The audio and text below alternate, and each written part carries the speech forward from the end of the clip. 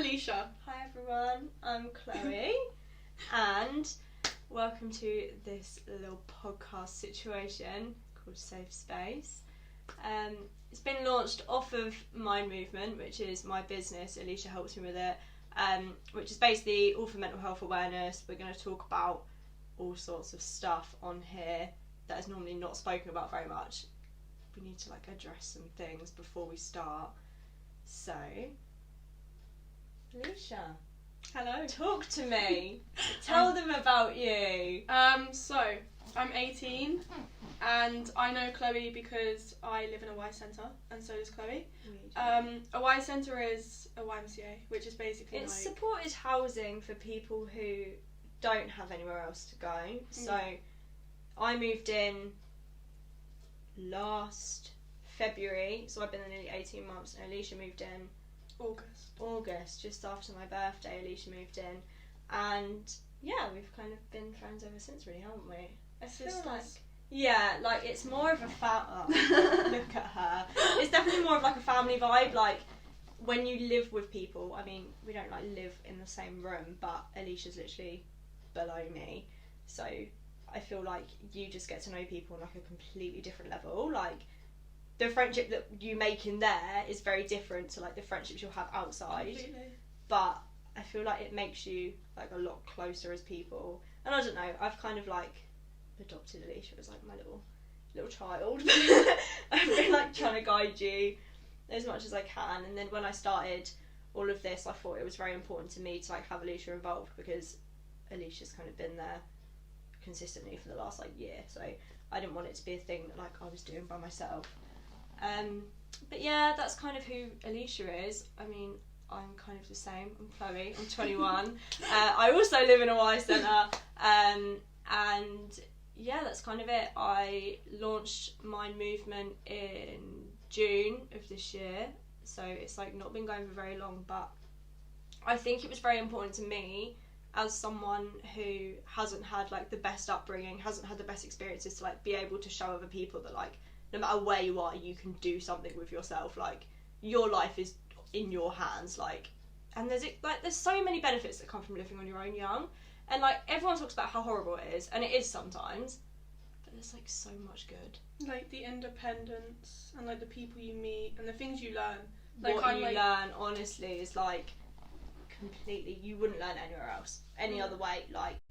Even people that go to uni, obviously you're still living on your own, but when you kind of don't have your family around as much, you have to learn to be more independent. You learn how to manage your bills, manage your money, all of that so young. And I just think for all it's worth, it's not an awful thing to happen. And I think everyone can look at it very differently, and it's every day you'll have different feelings about it. Some days you'll be pissed at the fact you're there, and some days you'll be so glad you are. And I just think anyone can end up in that situation. I don't think it matters who you are, where you come from. It can happen to anyone. Do you remember your first 24 hours in the Y? So here's my story. The way I moved into the Y Centre was actually different from the way you did, because I was essentially homeless for 3 months, and I was sofa surfing. I stayed at friends' houses, and then I got to the point middle of August where I had nowhere to go, and no friends were able to have me. So my boyfriend at the time, his mum, pulled a lot of strings. She emailed a lot of people, phoned a lot of people, and then I got an interview for the Y Centre on the 23rd of August, and then I got offered a place from my interview, but I was put into a tab bed. So temporary access bed, yeah. Which is, because I was 17, it was funded by social services, so I had rules I had to stick by. I had a curfew, and my first night, I remember walking in, and Sharon was on night staff, and we love Sharon, and she took me into my room, and she did my curfew, and she sat down and had a chat with me, and then she was oh, a few people sit downstairs sometimes, it may be a bit daunting on your first night, but if you do want to come down and say hi, feel free. And I stayed in my room for an hour, trying to prepare myself, because I was terrified. I was the youngest person in there. I didn't know anyone. I think when you're young, especially, I think the younger you are, the scarier it is. Yeah, entirely. and I was trying to prepare myself to go down. Then I finally like plucked up the courage, and I was like, my excuse is gonna be, I'm gonna go down and ask someone where I can have a cigarette.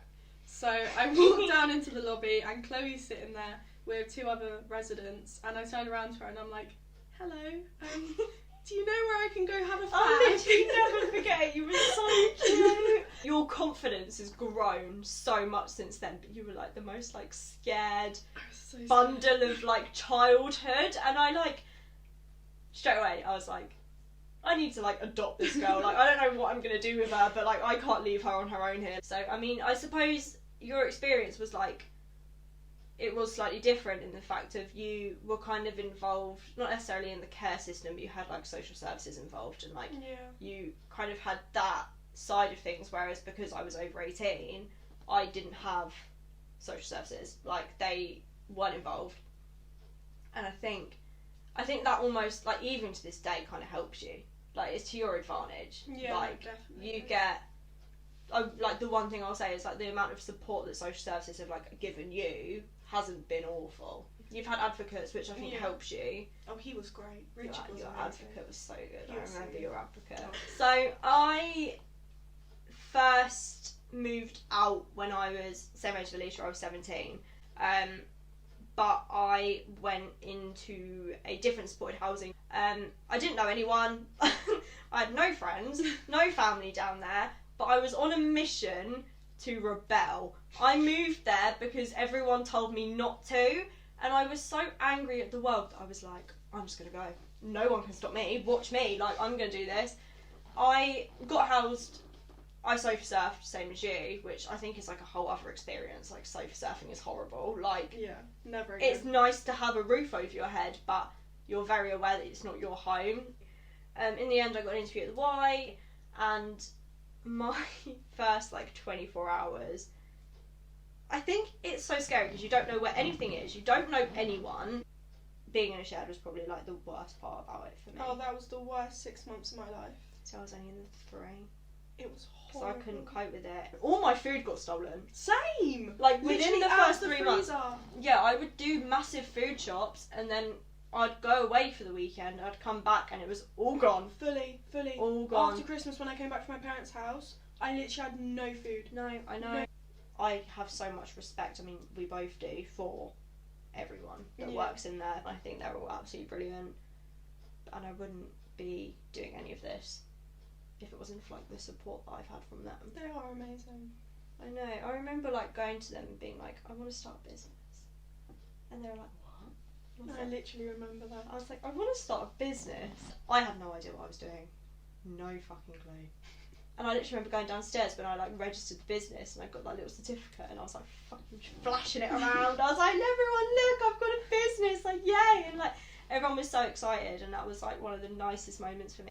What we do is we have it's a clothing brand. It's also, we offer like peer support to people. We are like pretty on top of like social media stuff, thanks to Alicia, because I have no idea what I'm doing.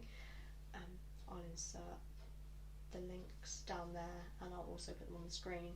And if you're listening on Spotify, then it's literally just at My Movement Brand on Instagram, My Movement Limited on TikTok. Make sure you go and check those out because it means a lot. So this whole business came, I always knew that I wanted to do something that would help someone else. I just didn't know what that was. So like, I went through this whole thing, like I did a psychology GCSE and I passed my exam, so high five for that. I didn't go to college. I went to college for 2 days. 2 days? 3 days, yeah. Continued to lie to my parents, and they still don't know this, so it's all fucking coming out now. Sorry, mum and dad and everyone else who are watching. I continued to tell them I was going to college for the following 3 weeks. Chloe. And I would leave the house and I would just go into town, fuck about. To be fair, I did that. Go home. How was college? How was college? Yeah, fine. Or I'd pull sickies a lot and I'd be like, I don't feel well, I'm not going. At this point, I'd like to point out I was also under cams at this point. So I wasn't doing myself any favours by telling everyone I was still going to college. Because they were like, you're still going to college though? Like, you must be fine because you're still going to college. And I was like, yeah. Of course I am. Because one thing I've never understood about Cams is that your parents are in the room with you. Yeah, I wasn't going to admit a thing with my mum and dad sat there. I'm not going to, like, talk about my feelings and how I actually feel in front of them. No, it's so hard to do. It's so hard. Even now I find it really difficult to talk to your parents about how you feel. Yeah, fully. Especially if you feel like crap. It's really hard. It's not like I find it embarrassing, but, like, I'll be like to my parents, oh, I feel this way. Yeah. And they're just like, well, why do you feel this way? Eventually, I told my mum and dad I dropped out of college, but I didn't tell them until I had a job interview. That's actually really clever. So I didn't tell them until, it might have even been like a couple of days before it. Like, I think they worked it out, but neither of us, like, no one said anything. It was very much like, well, I'm not going to say it to her and I don't want to get... So it was all a mess. Had a job interview. Worked in childcare for 2 years. Absolutely loved it. I went back to college. I went and did an adult access course. I did access to nursing. Oh yeah, I remember you saying. I did access to nursing because at this point I'd figured out the one thing that was going to make me happy was helping people. You're very maternal. I'm quite maternal. I look after everyone and I love it. So I went and I was like, I'm going to be a mental health nurse. That's what I'm going to do because that sounds ideal. And I trained for 5 months, and again couldn't do it. It was just so medical. And then yeah, here we are. Like, our website is alive and thriving, and the peer support is thriving. And I thought the next thing to do would be to do something like this because I've always wanted to do this. I mean, we're gonna have people with us pretty much every week at this point, and I love the fact that people are gonna just be talking about their story. Like, that is what I wanted. Money doesn't mean anything. It's about, if I can change one person's life, if I can give one person a voice, then I've done what I set out to do. What was your school experience like? How did you find, I think especially secondary school, like how did you find school? Primary school was great. I loved primary school. I had like such a big group of friends, and literally. Me and my older brother, we were in the same school, so that was nice. And then secondary school, I made the mistake of going to an all-girls. See, that's where we're different, which is why I'm interested to hear this, because I didn't. School. Which, as you can imagine, you put, 1,500 a lot of people, 11 to 16-year-old girls together. No, it's not going to be... I can't imagine it. It's not going to be fun. No. It's not going to be easy, and I struggle a lot with making friends anyways. Yeah. Like, I won't go out of my way to introduce myself to people. I won't, like, go up to a group of people and introduce myself because I don't want to... I feel like I impose and I feel like I intrude. So, secondary school was really difficult making friends-wise. And then, obviously, when I did make friends, it was very difficult to keep said friends. Yeah, I know what you mean, and I was like that. It was year 7, 8 and 9 that were, like, the worst years because... Really? I would have friends and then we'd fall out. And then I would go be friends with the people they weren't friends with. Right, yeah, and then we'd fall out. And I was very much for, like, those 3 years of secondary school, like, kind of floating between friendship groups. Did you kind of feel like you didn't have anywhere to, like, fit in? Yeah, I struggled with that for, like, all of secondary school. I never felt like I, like... You didn't find your people? No, I didn't. I did have some good friends that I still talk to, like, today. But the majority of the friends I have now are people I went to secondary school with but didn't actually speak to in secondary school. Yeah, no, I get that, I have a few, like, obviously, Vivian, Anissa, I was friends with them all through secondary school. Yeah. Still am now. And they're really nice girls. But those first 3 years I really struggled with it, but I really enjoyed, like, the academic aspect of it. Like, I'm really weird in the sense where I love writing things down. You're very, like, academic. Yeah, I love writing things down. I love learning. Like, I love knowing about You're very open to learning as well. I feel like you always want to learn something new. Yeah. And then year 10 was good. I picked my GCSEs and I was doing business, which I really enjoyed. Yeah. And that was going good. And then year 11, I only did up until, like, March because I was in year 11 during the lockdown year. Yeah, so you kind of finished early. How do you think that, like, affected it? Do you think you feel like you, like, missed out? Oh, so much. I didn't even have my last day because my little sister got COVID a week before the school shut. And my last day of secondary school was me getting pulled out of French by the deputy head teacher going, oh, your mum's been on the phone, your sister's got COVID, we need you to go home. Oh, no. And I walk out of French and I'm like, bye everyone, see you later. And you like literally don't even know. And literally the following Thursday I bought my prom dress. I put the deposit down for my prom dress, and then the day after, school was cancelled. Oh no. And it was, honestly, from about March to May, those were like the most stressed out I've ever been, because it wasn't like very clear on how GCSEs were going to be given to us, because it was like drama around the A levels with it, because they weren't given teacher graded marks, they were just given, I'm not sure what it was, and then it was like a whole thing for GCSEs. A lot of people were given their predicted grades, weren't they? Yeah, we were given teacher assessed marks, which worked in my favour.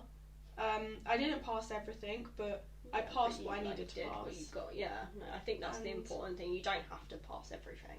Yeah. You don't even. I've always said though, like, you don't even have to pass like maths. Like they say, like you should, and you like by all means should try, but you always have a chance to resit it. You can resit like whenever you need to. Yeah, that's it. Like my mum took her GCSEs when she was like 25. That's the thing. A lot of people take them when they're older. I know a lot of people that still don't have any, and I'm like life 21. Isn't a race. Not everyone has to do everything. What have I always said to you? Everyone has the same end, but everyone has different ways of getting there. That's the thing. And I feel like that's like super important, especially with school. Did you feel like there was a good support structure?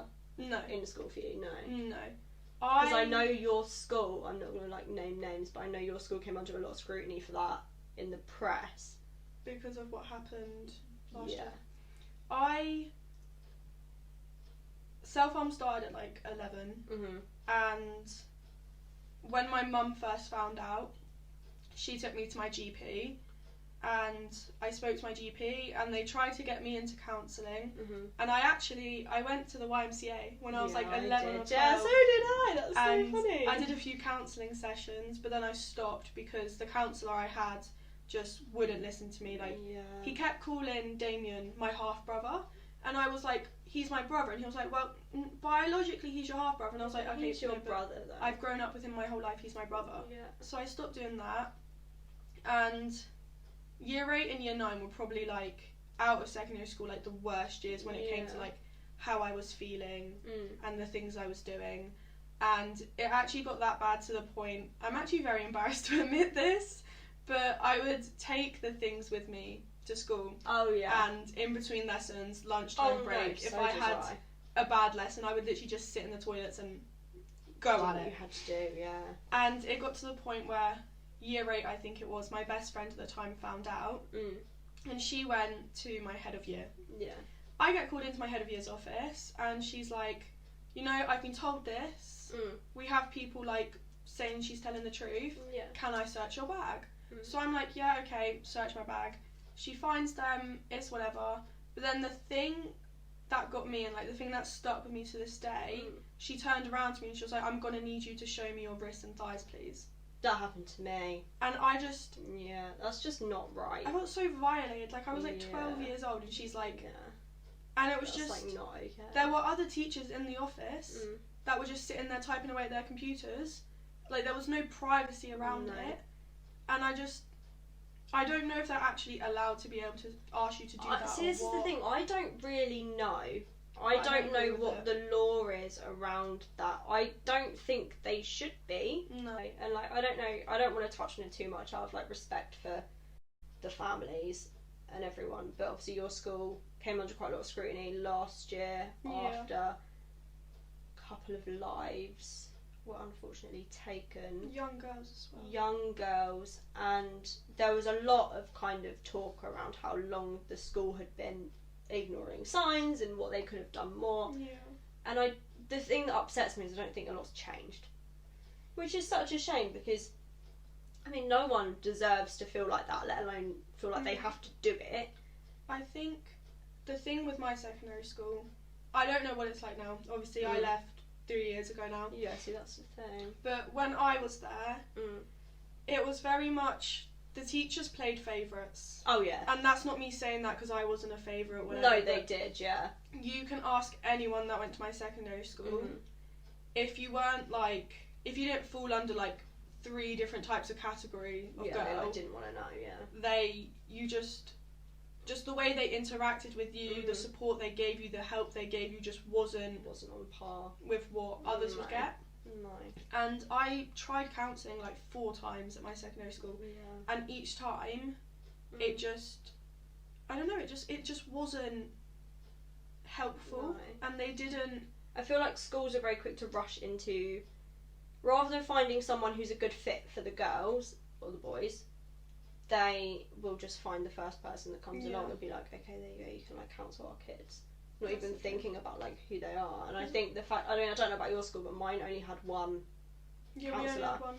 It's like not every person is going to be able to go to this. Like, it's like saying as an adult, every single adult's going to go to the same therapist. Which just wouldn't work. Everyone works differently. Everyone has different like ways they like to do stuff like that.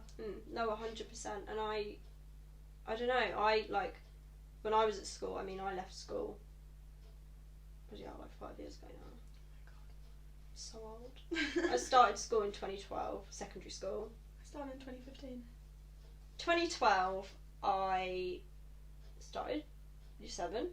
Same as everyone else was, very nervous. I think everyone remembers their first day of secondary school. I think that's a day you never forget. And I got made fun of because as a child, I was very flamboyant. I was very extra. Yeah. I had bleached blonde hair and it would always be like slicked up with a bow. Yeah. And on my induction day, I had this really nice bag from Accessorize and it was hot pink. Amazing. And I had a hot pink bow to match. So I trounced in that place thinking I was the shit. I thought I was the coolest girl in there. Oh no. And there was a few girls in my form who didn't like my bag, didn't like my bow, didn't like my style. And I think I was called Jojo Siwa. Oh my god, for like no, stop it. A good amount of time. Like, it was girls in my form, and then when we started year 7, I had a new bag by then, you know. Yeah, traumatised from the pink bag. I had a little rucksack. I was like, okay, I took the bows out. I was no longer wearing bows. My hair would be down. I was like, okay, I ain't doing this anymore. And like that carried on. And I think, especially at my school, because it was an all-girls school, bullying, when it comes to like girl-on-girl bullying, it's very different. Oh yeah. It's words, but it's not always like big shouty It's very arguments. bitchy. It's so bitchy. It's like whispers here, whispers comments there. Rather than like being beaten up. Sly digs. Yeah. And I feel like sometimes that can be worse. It can, because it's like makes you so anxious. It was apparent from my first day of school that I was different, and for a long time I didn't know why I was different. I didn't know what was making me different. So I was very anxious. I was so quiet, like nothing like I am now. I literally was like mute. Like, I didn't say a word when I first started school. I was so quiet. I used to just sit there, do my work, leave. That was it. Didn't say a word to anyone. So I like started going through quite a rough, my teenage years were awful anyway, but it started when I was in year 7. So I moved out my mum's in with my dad literally 2 months after I started secondary school, if that. And that immediately set me aside from half the other kids in my year, because I was getting pulled out of lessons, checking I was okay and all of that. And I found that really difficult, and I couldn't understand why I was being singled out for something that at the time I didn't feel was a big deal. I was just like, yeah, cool, like whatever, these things happen. Year 7, academically I did very well, continued as I was in year 6, was put like top of the class, top set for everything, and year 8 was the same. Year 9 was when I started to dabble in drugs. So it wasn't awful. I felt like I was trying to fit in, was what it was. I wanted to fit in with people, and I wanted people to like me. No one knew. It was like my little secret, and I didn't tell anyone. Obviously, when you start doing things like that academically, you start to go downhill. Chose my GCSE options year 9. Year 10 started my options, and for the first like couple of months of year 10, I loved it because I felt like I was only doing what I wanted to do. But there was still something that was making me different, and I couldn't deal with school because it was too much at once. It was too many people. It was too much to try and learn. At this point, Cams had put me on the strongest antidepressants you can go on as an adult, which is, again, a whole other story for another day. Very legal problem. So my brain was not working, like, at all. I don't remember half of year 9 or half of year 10. Oh my god. I just remember being ill all the time. I was, like, throwing up all the time. My antidepressants were making me hallucinate. So I was, like, literally, even if I was... And then this is where it all went fucking wrong. Picture this. It's break time. I'm in year 10. The bell goes for the end of break. Everyone to go to their lessons. And I'm sat there shouting at a wall. Literally screaming at this wall for it to stop talking to me. Straight away, I've made myself look... I'm sticking out like a sore thumb now. Everyone's, like, staring at me. Anyway, I ended up getting taken to hospital. Mental health in kids still wasn't really a thing. Yeah. Like, it was, obviously, and it was happening, but people weren't talking about it. So I got referred to the school counsellor. I was still under CAMS at this point. Got referred to the school counsellor. I used to see her for 45 minutes every Wednesday, every week. But they would do it during lesson time. So I'd get pulled out of my lessons to go to counselling, which again makes me stick out like a sore thumb, because now I'm the weird kid that screams at walls and I'm being pulled out of my lessons every 5 minutes. That made me worse because I felt like I wasn't fitting in. Then it got to a point where I was just so angry, they couldn't control me at school. Like, they used to just send me home. Like, because they didn't have the facilities to manage me, they didn't have the training for a start, they didn't know what they were doing. They would, and it's not their fault. It just wasn't something that people spoke about. So I spent a lot of time in and out of hospital during like year 10. I got put on a reduced timetable because I wasn't coping with the hours I was doing at school.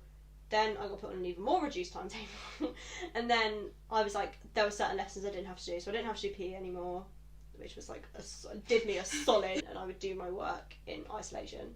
So they would like put me with all the naughty kids and like, because they thought I was just being difficult. Like, They didn't know what was wrong with me. At this point, my diagnosis was depression and anxiety, and I was not acting like I was depressed or really anxious. Wasn't until I left school that I started to get more complex diagnoses, and it all kind of came out into the open. But I just didn't fit in, and the support was like pretty horrendous. Like, there was one woman who I owe my life to. I literally was pretty much pinned to her side for like the whole of year 10, year 11. Like, whenever I'd go to school, my mum, so this was how my day went, right? Imagine this as a 14-year-old kid. Mum drops me off at the door. I'm met by a member of staff. And then I had to start missing form. They wouldn't let me go to form. They would walk me to and from my lessons, and I wasn't allowed my break times. I used to have to sit in the student support office. I wasn't allowed to have a break time. Why? They just thought I was going to run off. Because I used to try and escape. Like, I remember once my deputy head was chasing me down the road, and I was just like running away, having a fag. Obviously, I don't know what the school system's like now, but being in a mixed school was like, I mean, it was a journey. So I hope it's better now. I don't think I've ever spoken to anyone that's like said they've had a brilliant secondary school experience all the way through. Because it's just, I think personally it shouldn't be 11 to 16. No. Because like, why are you putting 11-year-olds in the same school as 16-year-olds? And that 16-year-olds are going to pick on the younger kids. That's the thing. That's what happens. Like, and when you hit 16, I mean, I don't know about you, but when the ego boost you get. I left school when I was 15 because when my birthday is. Yeah, same. But I remember year 11, I thought I was a dog's bollocks. Honestly, I thought I was like the coolest. I was elite in year 11. I definitely wasn't, but I thought I was. Like, I was like, do you know what? Fuck these kids. The ego boost you get because you're with little children. Oh god, there's like kids everywhere. Because you do feel like a lot older, and I think especially when you've like had quite a like traumatic, like when you've had to grow up quicker anyway. You do feel it's like very hard to be like ahead. Around people that are that young. I don't know. I found it. I don't know how else they would do it though. I don't know. I kind of like how like in America they have middle school, which I believe is like year 7 through to year 9, and then high school, which is like year 10 to like college. End of college. Secondary school doesn't fit right with me. It just doesn't seem like it works. It doesn't. Because it's also down to like the teachers. I mean, how can you expect people, like, I remember, like, I had one teacher at school who was, I loved him, but in year 7 he scared the absolute crap out of me. I don't know where my yearbook is, and it really upsets me. I literally have no idea where it is, and it makes me really sad because there was so much in that. Like, all our teachers wrote us little letters, like, it was so cute, and I don't know where it is. I found my year 6 one though. I still have my year 6 and it's this little fucking blue book. It's about that big. Literally, it's like not even the size of a birthday card. And it's got all our little year 6 photos in it. And I was like such a little fiend for boyfriends at school. Like, I literally wanted a boyfriend all the time. I had to have a boyfriend all the times, otherwise I didn't feel like a human being. I was awful. From the age of like 5, like until I was like 16. Oh my god. I like never had more than like a week without a boyfriend. Wow, that's impressive. I mean, it's quite an impressive thing. Especially in a town that small, that's impressive. I know. And then, I mean, when I was 16, I lost my virginity at 16. So, wasn't with the boy. It was, again, if you're listening to this, hello. It was like, it wasn't romantic. Can't even say it.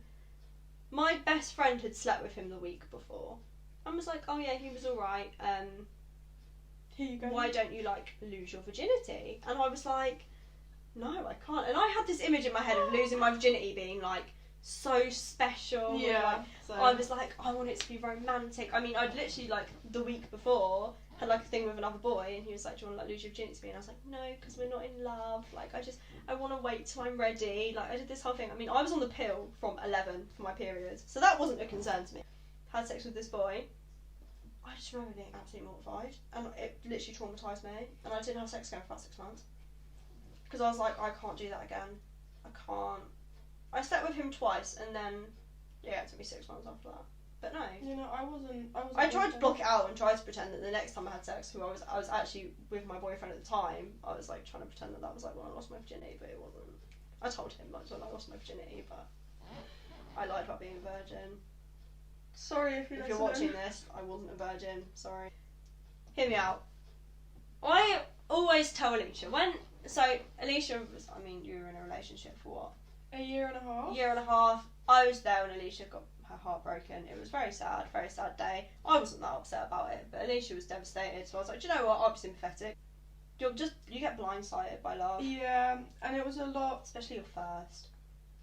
Yeah, but I think the thing I struggled with most when the breakup actually happened was obviously I was with him for like a year and a half, and in that year and a half I went from living at home and having a good relationship with my parents, you know, doing well in college. I had a job where I was basically working full-time hours. Like, I had a lot going for me, and then by the time things ended with us two, I was obviously in a YMCA. I no longer was at college. I got kicked out of college. You weren't working. I wasn't working.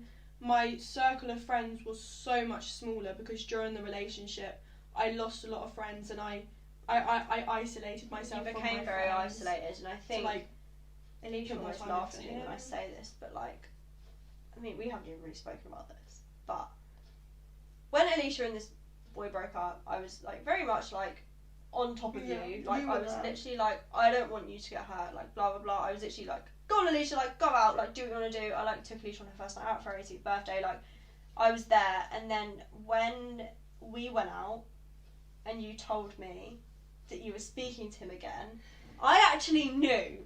Yeah, no, I remember you saying, you turned around, you were like, yeah, I know. I'd known for a hot minute that I was like, I'm going to wait and see how long it takes this girl to tell me. I was so scared to tell you. And I told you, and I was like, you told me, and I was like, yeah, cool, whatever, fine. I was terrified to tell her. I knew, because your behaviour and who you were changed so fast. Really? Like, you, not in like, I wouldn't say you like turned into a bitch or anything, you just became very distant. Yeah. From everyone, I think. And I was like, okay, hold on a minute, like something is going on, and then that kind of carried on, I'd say, the whole time you were even still in contact. Yeah, I do. Going no contact with an ex is the best thing you can do, and I think you can vouch for that now. Yeah, I blocked him like a month and a few days ago. It's been like a hot minute, and I feel like already you're like... Yeah, like... yourself again. I feel much more me. I feel like you are like... glowing a lot more. Like he drains my energy, life out of you. Like to the point where like when you're with him, it got to a point where I was coming home every day to you like sobbing. Yeah. And like so every day something would happen, and every day you'd be like, I don't know what to do. I can't leave him because I love him. Feel like me. You didn't. You weren't you. I wasn't. I think I just. What it was, I was putting all my time and all my energy and all my effort into trying, because he wasn't putting any in. No. So I was putting my all in to you were giving 100%, he was giving 0. But I feel like for I'd say the first 6 months, best thing you can do is just cut contact. Don't even be civil. Like if you see them, be like, hi, how are you? Yeah, fine. The best thing I ever learned was to be the bigger person. Yeah. The one bit of advice I'd give to anyone is like, if anyone is draining your energy, like, get the fuck out. Yeah, like, people are supposed to be radiators, not drains. And, like... God, I love that. If people aren't making you your best self, then... Because at the end of the day, it's your life. Exactly. Like, you don't need to keep people around who aren't putting any good into your life. No. Oh. Here's that. I'm just with Alicia filming a podcast. Hi, Sharon. You're currently on air. Oh. Hello, everyone. We asked on Instagram a few weeks ago for a few questions for us to answer, so we thought we might as well just put this in as like a little roundup for the first episode, because I thought it'd be quite nice. Okay, so some advice on how to deal with bad days. Bad days is such a broad topic. I feel like knowing what works for you is so important. Like, it took me years to find what helps me, because everyone will say to you the same thing, like go for a walk, have a bath, like all of that, which does work for some people, but for me it's very much like I have to do something practical, even if that's like art or like driving, go for a walk. Like I have to be doing something. Another tip I learned recently, which I don't think I've even shared with you, is that your brain can only do one thing at a time. So if you're having bad thoughts of like self-harm, suicide thoughts, whatever, obsessional thoughts, if you do 2 things at once, so for me, I usually like do colouring and watch TV, your brain physically cannot do anything else. Yeah. It can't think about anything bad because you're doing too much already. I found that really helps. That is good. And it doesn't always work, but it does work. Also, like, give yourself time to rest. Yeah. Like, bad days are draining, and everyone has bad days, but not everyone feels them the same. I feel like with bad days, to a certain extent, sometimes you've just got to let yourself sit with the uncomfortable feelings. Oh yeah, definitely. You have to let yourself feel it to heal it. Yeah, you can't put pressure on yourself to feel a certain way if you're just not feeling that way. Like, it's okay to just lie in bed and just watch TV. Yeah, like, it's okay to just feel crappy. Like, obviously, don't like make yourself feel worse. But I've always said it took me a long time to be comfortable with feeling crap.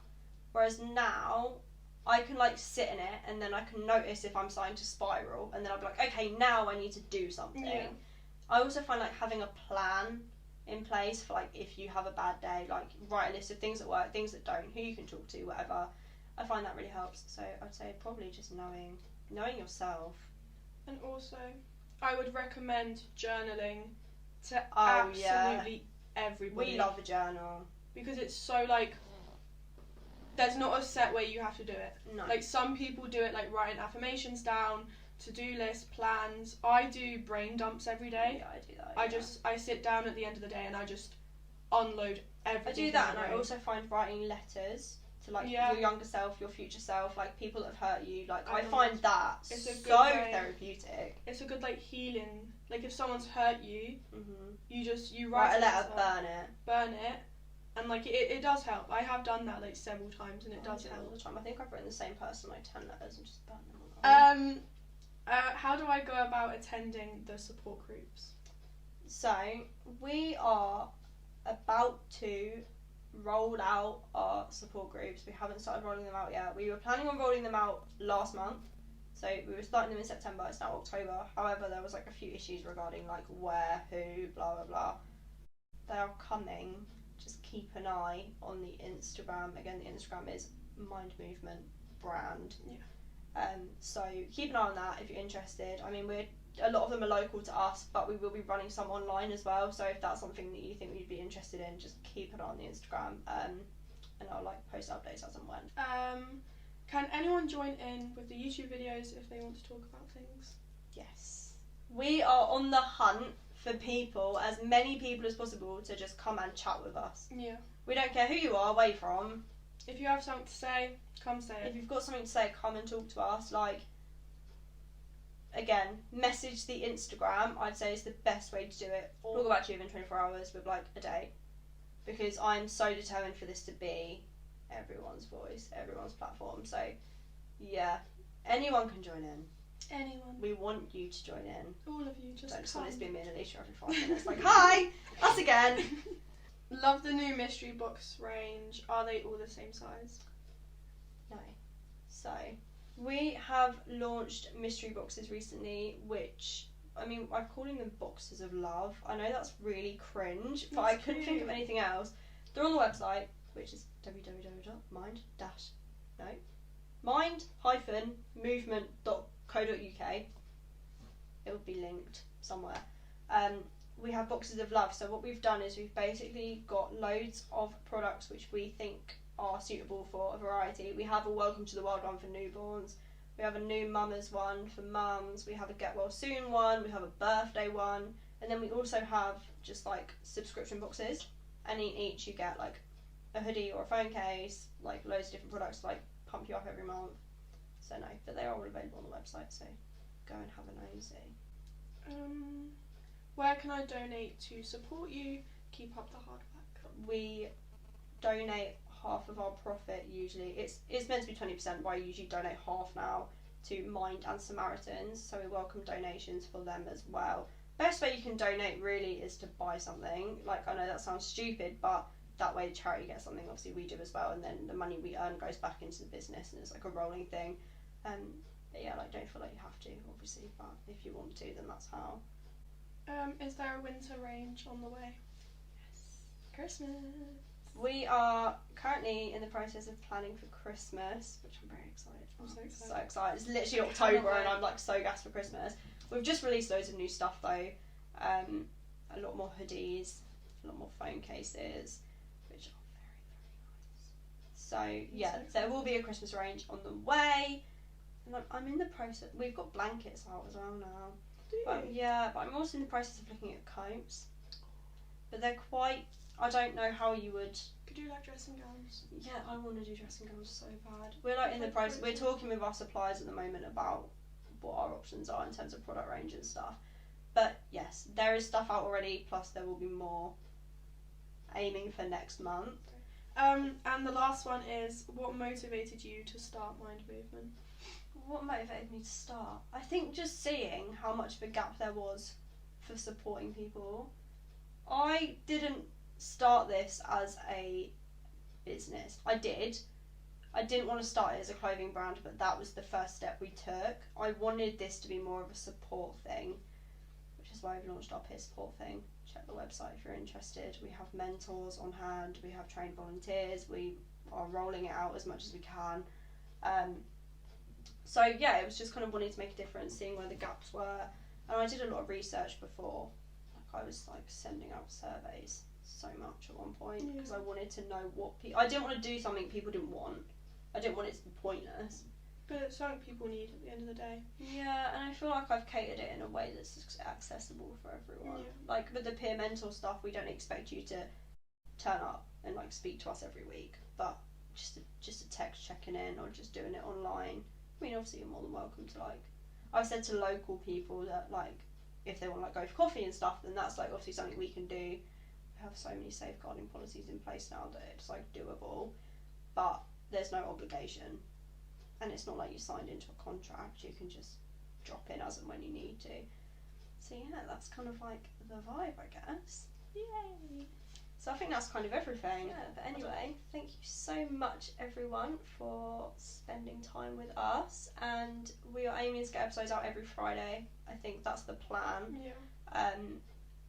We have got guests joining us pretty much every week until Christmas, which I'm so excited. But I'm so honestly, excited. I put out feelers yesterday, and I was like, We've got you know, a good amount of people. yeah, I put out feelers yesterday, and I was like, would anyone like be interested in like joining us for a chat, blah blah blah, and I'm set till Christmas. It's exciting. I'm excited to meet everyone. I'm excited to hear Feel everyone's what they have to say. stories.